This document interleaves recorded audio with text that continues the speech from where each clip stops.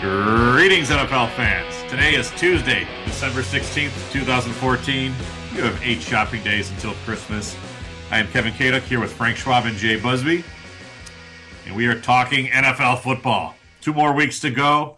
And as Frank wrote in this morning's Power Rankings, it looks like there is going to be a team who will win 11 games. And that is not an easy thing to do in the NFL. But a team will win 11 games, will come off the field victorious 11 times, could finish on a 2-game win streak, and could be hitting the golf course by that Monday. And right now, Frank says that team is the Philadelphia Eagles. Fly, Eagles, fly. Yes. onto the golf course. It is. It's just startling to me. Like, I get that sometimes things like that just happen, but especially when you got the NFC South being so bad, this just shouldn't. Who's against the 6 best teams in each conference making the playoffs? Like, who's against just who's fighting for? Yes, this 7-9, 8-8 Saints team needs to go in over an 11-5 Eagles team. Who's arguing this? Why? Why would you argue that? Like, yeah, New Orleans fans. But it's like I get that New Orleans actually might inch across the finish line and get to 8-8 this year.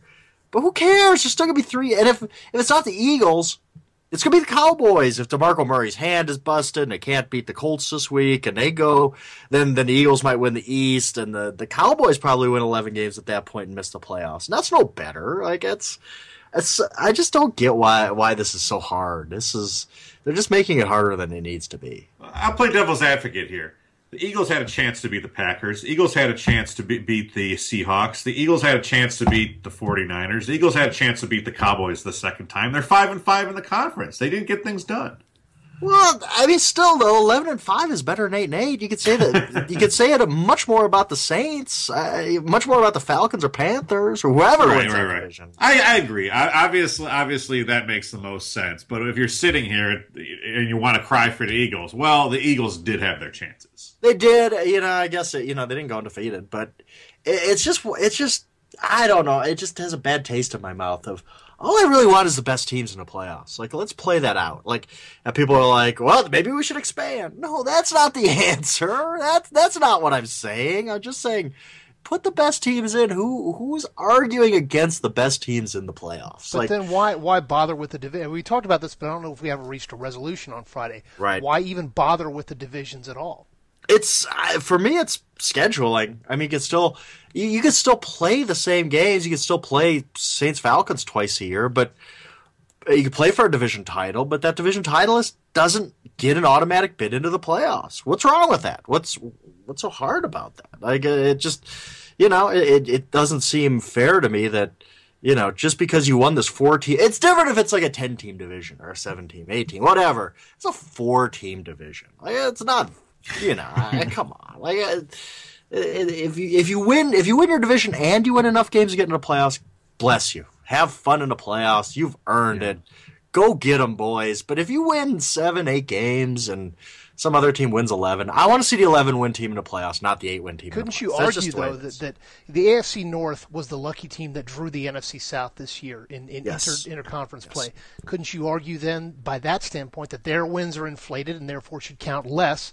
And so Cincinnati or Pittsburgh should be dinged for beating up on NFC South teams. Yes. I mean, that is fair. It's very fair. But that's just kind of one of those, unless you're going to play a round robin and everybody plays 31 games, which would be awesome, by the way. Let's just play one everybody plays once. And I'm sure if Roger Goodell could figure out a way to make money off of that, he would.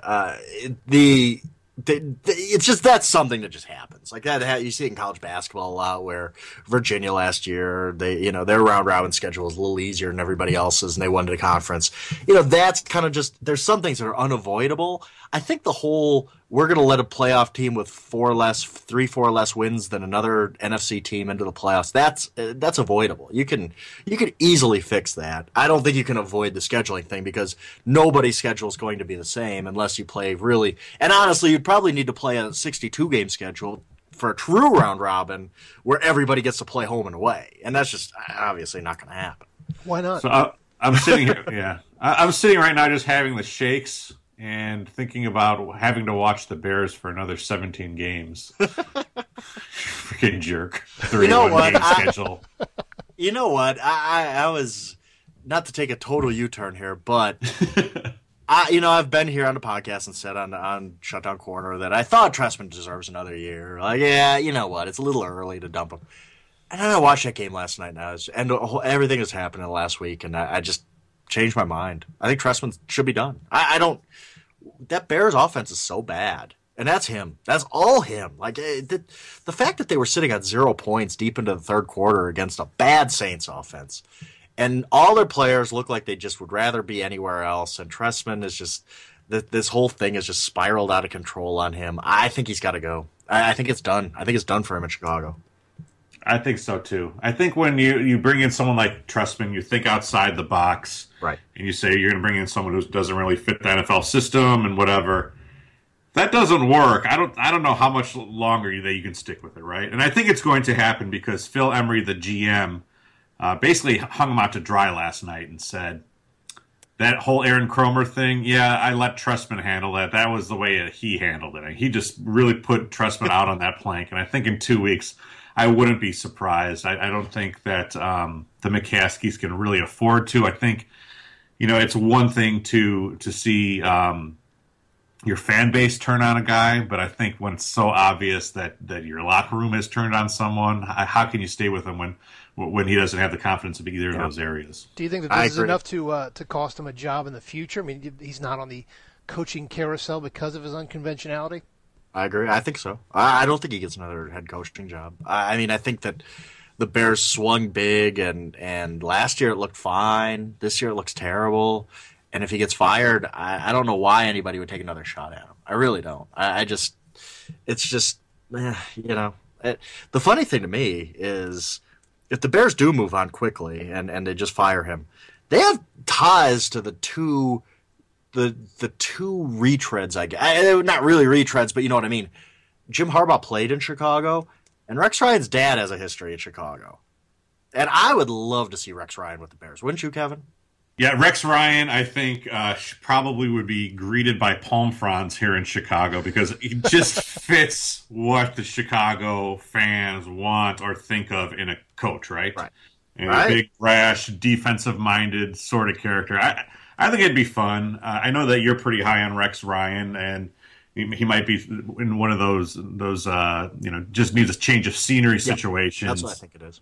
But it'd just be interesting. I don't know really what is going on with this team. Obviously, they have Cutler for a while, and Cutler seems to have checked out. And Trestman was the guy that was supposed to focus him and keep him in line and rein him in, and it just hasn't happened. So is Rex Ryan really going to be the guy that does that? Yeah, is anyone going to be the one that does that? You need a great offensive coordinator to go with him. And I mean, I don't, that's not an easy sell to come play for Rex Ryan when his offensive success history has not been very good. But I just don't get why. You can answer this obviously better than me, but why the Bears went to the Super Bowl, won the Super Bowl one time with maybe the brashest coach of one of anyway. I mean, he's on a top 10 list of guys who would say anything, kind of loose cannon guys. Why do the Bears keep hiring boring coaches? Why they go out of their because way we've talked about this before. They're easy.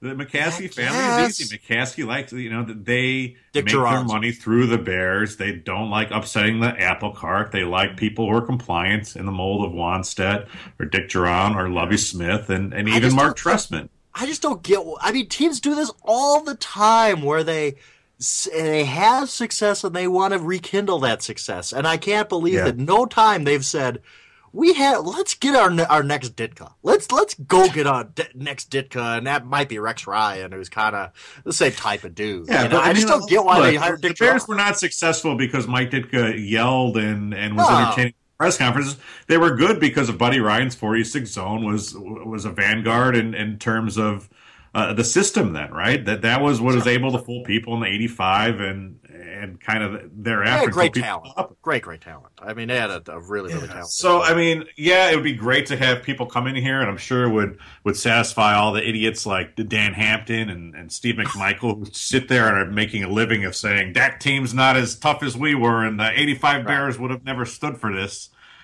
But you just need people to play. It's not, there's a lot of meatballs out there, right? So Chicago meatball is is world famous at this point because of Saturday Night Live. And you can have them run the team, or you could go the other way and say, all right, we're going to have Mark Trestman. But isn't there a happy medium? Maybe Rex Ryan is that happy medium. I don't know. Is it possible for a coach to survive today, an unconventional coach or an outspoken coach to survive today without burning everybody out in the space of 3 years? I mean, look at Jim Harbaugh. He's probably the closest we've got that I can think of off the top of my head, maybe Ryan, but both of those guys burned themselves out either with the players or with the management within about 3 years. I'd rather have the professional CEO. I mean, I know that for the media business, Bill Belichick bums you out more than anything, Frank. I know that he kills your soul with keeping everything close to the vest, but man, is that dude professional, right? But I've always argued, Bill, and I'll say it again, and people have heard me say this. Bill Belichick is not a great coach because he's a total donut with the media. He's a great coach because he's a football genius. Like, there's no correlation between the two. If Bill Belichick had Rex Ryan's personality, he would still win 10 games every single year because he's great. He's brilliant. He knows what he's doing. I think too many coaches think, oh, Bill Belichick is great because he's boring with the media, so I'm going to be boring with the media, and I'm going to be great like Bill Belichick. Nah, that doesn't work that way, folks. Just doesn't. That's not how it goes. That's not how any of this works. So I think that if the one guy is, I mean, Pete Carroll's a pretty brash guy. Chip Kelly's pretty confident in himself. I mean, even though we don't hear a ton of sound clips from him, I think it can work. It's just you need to be a good football coach first. I mean, that's what it comes down to. So you and Eric Edholm did a pretty nice series last week where you looked at which teams had coaches on the hot seat, and then Eric turned around and looked at who are going to be the hot names, the coordinators, the coaching retreads, sure, et cetera, et cetera.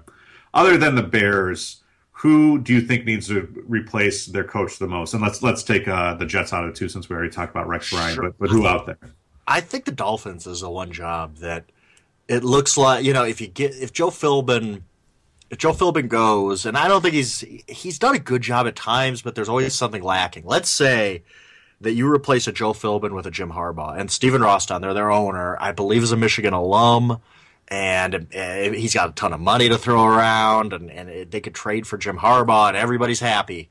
If you put Jim Harbaugh on that team, I think it just it turns for them, and I think they're a good team. They have good players. They really do. They've done a pretty good job stocking that team. I like the quarterback. I think that's the one job where it's like it's not just the dregs of the NFL of the Raiders job or the Jets job because they went 2-14 or 3-13 or whatever. It's a good team that's right there, and they're right on the cusp, and a coach might put them over the edge. Let me throw another team at you that's right there, the Rams. Do you think that Jeff Fisher has what needs to be done to get the Rams over the hump, or are they just victims of injury? I'm not a Jeff Fisher fan. I think that his record is really mediocre for a guy who's been employed for 20 years. I just don't – his teams are undisciplined. They're always the same kind of issues. But I think with the Rams specifically, they need a quarterback more than they need a coach. And I don't know how to get that quarterback. They've won too many games to get a quarterback. So – what do you do? I think people have mentioned it before. RG3 would just be the funniest thing. So you're saying that Jeff Fisher is Norv Turner 2.0? Yeah, probably. He is. He's just look at his record. People think of him as this great coach, but he's had like 6 winning records in 20 years. I mean, that's just not good. And that's the thing about quarterbacks. It's like, oh, then maybe they get RG3. Oh, maybe they trade for Cutler. Oh, maybe they go get this. These guys are available for a reason. It's because they're flawed. They're not good. Like, yeah, you can go get Geno Smith. Well, okay, there's a reason he's available. If he was good, he wouldn't be available. That's crazy. Geno Smith, you're done with him? Yeah, you gotta be right. The Jets screwing up their pick the other day was so funny because they're not going to get Mariota. They're not. I mean, Mariota's off the Watching that last play was just because there was people who are not Titans fans are just yelling at like, no, fall down. We don't want to see this. Don't do this to yourselves. Come back off the ledge. Like Titans fans are saying that. I threw out. Weren't you? I'm not a Titans fan. I've got no skin in the game. I wanted run out of bounds, Walker, and he did. So. He basically did. Yeah, I threw it out there to. Like Titans Jets fans, this is like one of those games where neither team's fan base is rooting for their own team, right? Every reply I got said, "Yep, I hope the Jets lose. Yep, I hope the Titans lose." Like, yeah, That nobody wanted to win that game, but we're in that little weird area where if you're a fan of a bad team and you're out of the playoffs, it's just like, oh, please just do not pull out any wins here. Like, for Christmas, please stuff my stocking full of losses. Like, and that was like the great thing about watching the Bears last night. It's like, all right, well, you're maintaining your draft position. Things are still looking pretty nice. Probably not going to win at the Lions, and or the Lions are coming to Soldier Field on Sunday, and then the Vikings haven't looked all that really that bad. Vikings are an interesting team. What happens if they had Adrian Peterson the whole year? Right. I don't think they get into the playoffs, but it would have been interesting. I agree. I think Teddy Bridgewater's pretty good. And then, I pointed it out today again in the power rankings that the Browns paid $100,000 for a study. Which quarterback? And that study told them Teddy Bridgewater. And they drafted Johnny Manziel anyway. And it's like, well, now you got Teddy Bridgewater playing pretty good ball. He's okay. I think Teddy Bridgewater's going to be fine. And then we saw Johnny on Sunday. Just my goodness. Well, let's talk about that. I mean, is there any hope to be gained from that at all, or was he just as overmatched as any of the three of us would be? He was terribly overmatched, and Greg Cosell's writing about that today. And it's trust me, I've seen what he has to say, and it's going to be a good read. Let's put it that way. It's pretty interesting. And my take on it is, you can't take these 3 games as a referendum. If you put Johnny Manziel out there, you have to do that. If you're the Browns, you have to do that as, we're doing this to get him reps. If he plays great, fine. If he doesn't play well, we're not going to freak out. And I really worry that the Browns are going to freak out. And they're going to be like, oh my God, he can't play. He's not ready. He's just not ready. He's a guy who couldn't even really call plays in training camp because he's never done this. Texas A&M is nothing resembling pro football. It's just not. And he comes in almost as a blank slate, and he needs a lot of work.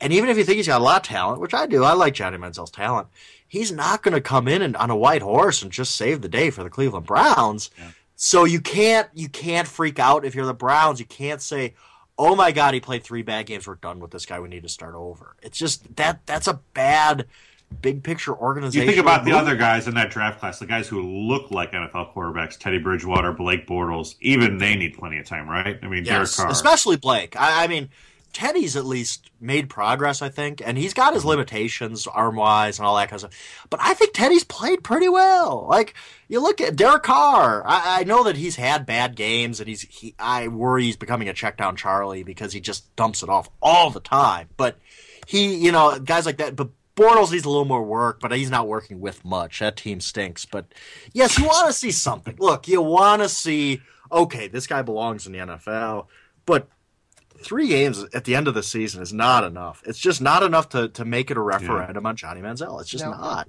Earlier today, Kevin Found and I wrote up a story on Tim Tebow going to the Cards, which was a hoax, obviously. But pinballing off of that, he had the same situation where he was brought in with all kinds of hype, and then he obviously flamed out pretty quickly. What do you see different, if anything, about Manziel to suggest that he won't be a Tebow and out of the league in 2 years? That's a pretty good question. I don't know. At this point. Because the thing that people get really, really wrong about Tim Tebow is that he has no arm, that he can't throw the ball. Tim Tebow can throw the ball great. I've watched practices where he can throw the ball very well. He just can't throw it accurately. He can't hit anybody, but he can throw it well. I think that, I don't know why Johnny Manziel would be different than Tebow other than he's just raw still. He's got a long way to go. We don't know what he's going to become. I don't think that we could just put him in a box and say he's Tim Tebow and this and that. I don't think he's terribly inaccurate like Tebow was.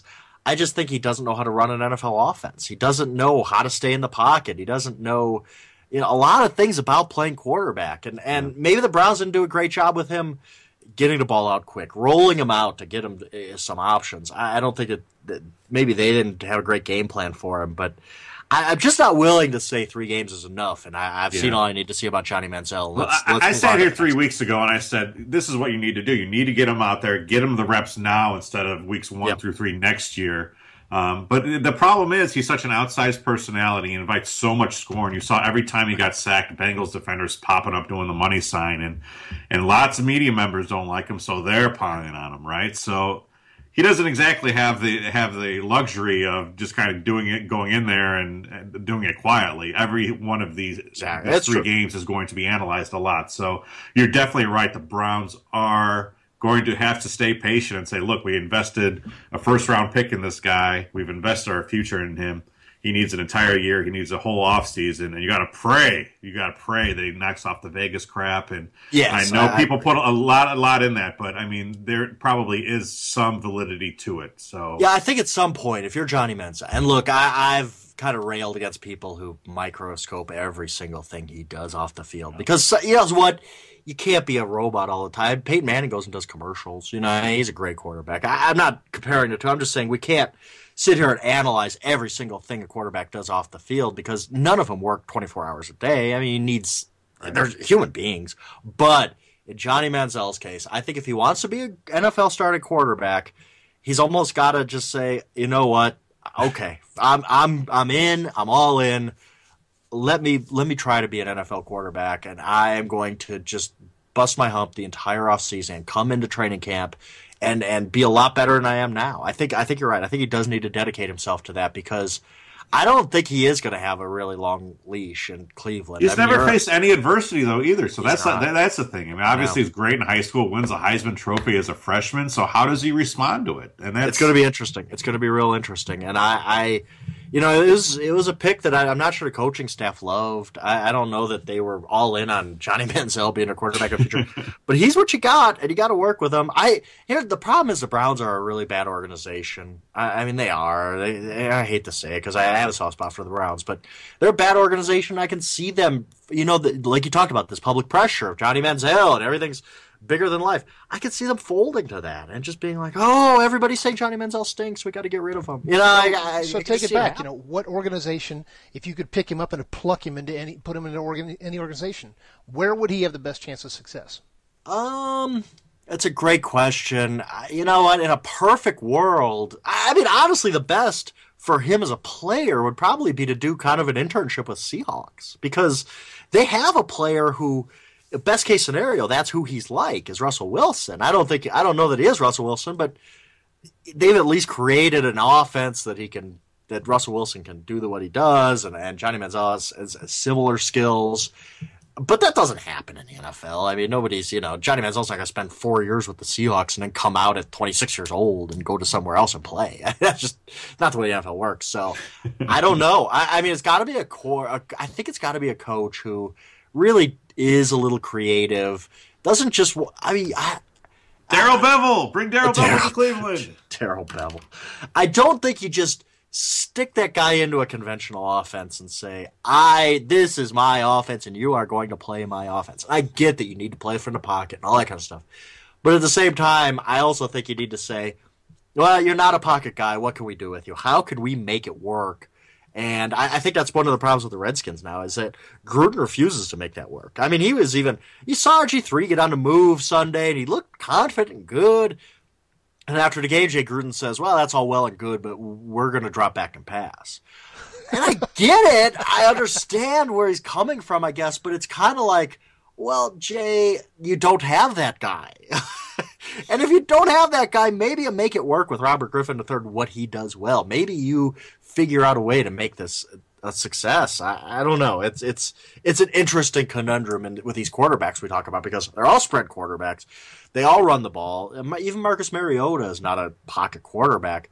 But these NFL teams are going to have to figure out either a way to get the pocket quarterbacks to adjust, or the running quarterbacks to adjust to be a pocket guy, or adjust their offense to the running quarterbacks. You know what? I can tell and I can feel what these NFL coaches are going through because on Saturday, my son's flag football team, our quarterback throws 3 interceptions.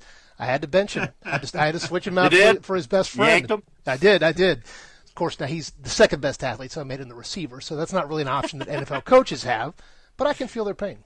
He didn't stew at you on the sideline? Yeah, exactly. He wasn't just like giving you the death glare for a couple quarters? Exactly. He went over to talk to the press, and it was ugly. I would assume. You wear a headset? Yes, I do. It's not connected to anything, but I wear a headset just so that I can throw it down. that on a list of teams with anonymous leaks to the media, the Redskins are number 2, and Jay Busbee's team is number 1. That's got to be just the Journal-Constitution just has to be blowing up with anonymous quotes, ripping these, your former starting quarterback. That bastard! He didn't bring Rice Krispie treats like he said he would this weekend. Awesome. Let's move on to the lightning round. 3 minutes. We'll ask Frank as many questions as we can. Jay, you are on the clock. Starting now. All right, Jacksonville got a little bit of praise. Is it warranted for Jacksonville having any kind of hope in the future? I guess if the quarterback's good. They got so much. They have so many pieces they need. They need an offensive line. They need help on defense in the secondary still. They need a running back. It looks like maybe Denard Robinson's like it's all on the quarterback. And if you got the quarterback, you at least have some hope. I think they got the quarterback. I'm not quite sure. Brighter future, Buffalo or Jacksonville? I think Buffalo. Has a lot of reasons to imagine if E.J. Manuel had worked out. Imagine if he was a good quarterback because they got everything else. They got Sammy Watkins and good running backs, and their defense is awesome. Their defense, to hold Manning and Rodgers the no touchdowns back-to-back weeks is incredible. I like the Bills' future. I just don't know how they're going to get a quarterback. How nervous should Arizona Cardinals fans be right now?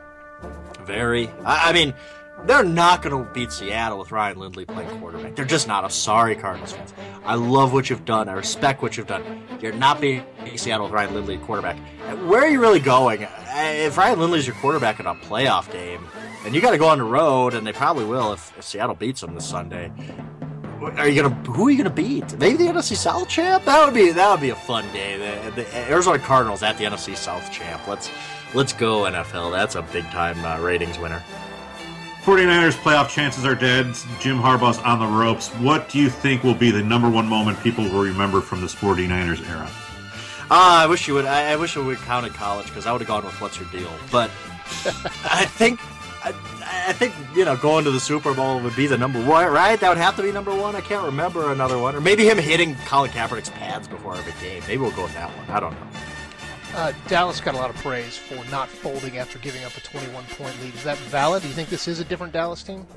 It looks like it. I mean, we'll see what DeMarco Murray's health status is because, I don't know how you play the running back with one hand. That's tough. That's tough to play running back with only one hand. So, Lots of yes, I like this Cowboys team. We all thought after Romo had the turnover and the Eagles took the lead, we all thought the Cowboys were going to just fold up tent and go home. But they played really well after that. Des Bryant's a superstar. Romo's playing really good ball. Great offensive line. Their defense is doing okay. I like this Cowboys team. I really do. What's up with your boy Aaron Rodgers? They played on the road. They're just a different team on the road. They become the Saints. Where it's like, okay, at home nobody's ever going to beat them. And on the road, they're okay. And that's why they really blew it on Sunday, because they're going to have to go on the road in the playoffs now. And I just don't think they win a game like at Seattle. I don't think that's in them. Bengals, Steelers, Ravens. Who you got? Probably the Ravens just because they're scheduled. They get the Texans, who are going to, I think, start Case Keenum, who they just signed off St. Louis's practice squad. And then they get Johnny Football in Week 17. So let's just pencil in the Ravens for 11 wins right now. I wish I could figure out a better buzzer for this. That is the worst buzzer ever. Yeah, that's a bad buzzer, dude. I don't know how to change it. You're very tech savvy, Kevin. I'll shoot a note to David Pogue of Yahoo Tech, have him write an article. Help Kevin choose a new. Yeah, you needed to do the Super Bowl shuffle, man. You need a little recording of that. Oh boy. Let's drop that in just to make me happy. I know we can't play it live while we're taping, but I'm sure with your post-production management, sure. I'm just going to sit here and... The Super Bowl shuffle.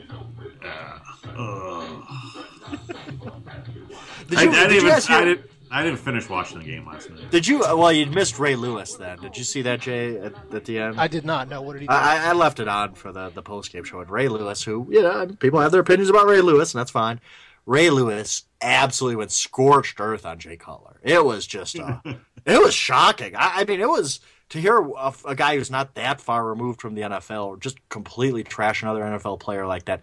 He's talking about how his body language, and I don't get into the whole body language thing like everybody else. I think, I don't care what your body language is as long as you're not throwing into double coverage every play, which Jay Cutler does too. But he's just talking about, I wouldn't go out like that. And the guy to my, he's talking about Trent Dilfer. He's like, this guy wouldn't go out like that. Steve Young wouldn't go out like that. We'd be trying to get our teammates involved in the game, not just moping on the sideline. And he's doing his Ray Lewis thing and getting really fired up. And even my wife is sitting next to me on the couch. Was like, wow, Ray Lewis is really, really intense on this Jay Cutler issue. Yeah. And for a guy like Ray Lewis, who is, hey, whatever he is, he's a very respected NFL player, obviously. For him to just trash Jay Cutler like that was pretty so shocking. Weird. I mean, Cutler is deserving of all of that, but he's such a lightning rod that so much of this criticism deserves so many other different places. I mean, that defense.